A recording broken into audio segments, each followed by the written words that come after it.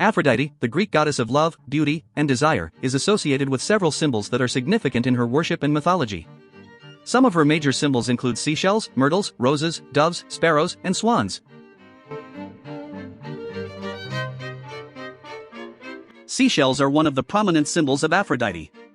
In Greek mythology, it is said that Aphrodite was born from the sea foam near the island of Cyprus.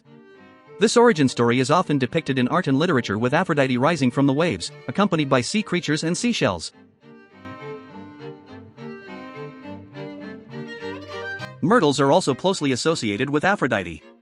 In ancient Greece, myrtle was considered a sacred plant and was often used in religious ceremonies and rituals dedicated to the goddess. Myrtle trees and branches were used to adorn temples and altars dedicated to Aphrodite, and the plant was also used in the preparation of perfumes and oils associated with the goddess.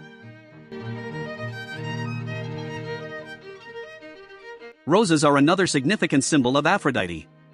The rose is often used to represent love and beauty, making it a fitting symbol for the goddess of love. In Greek mythology, it is said that the rose was created by Aphrodite's tears and the blood of her lover, Adonis. Doves are a common symbol associated with Aphrodite. In Greek mythology, doves were sacred to the goddess and were often depicted in her presence. The dove is a symbol of love, peace, and purity, all of which are attributes associated with Aphrodite.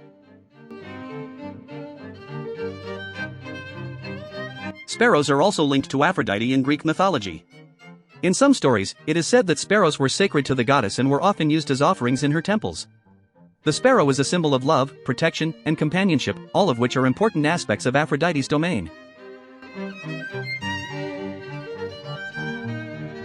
Swans are another significant symbol associated with Aphrodite.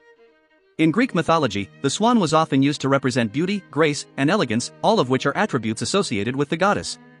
The swan is also linked to the story of Leda and the swan, in which Zeus took the form of a swan to seduce Leda, resulting in the birth of Helen of Troy.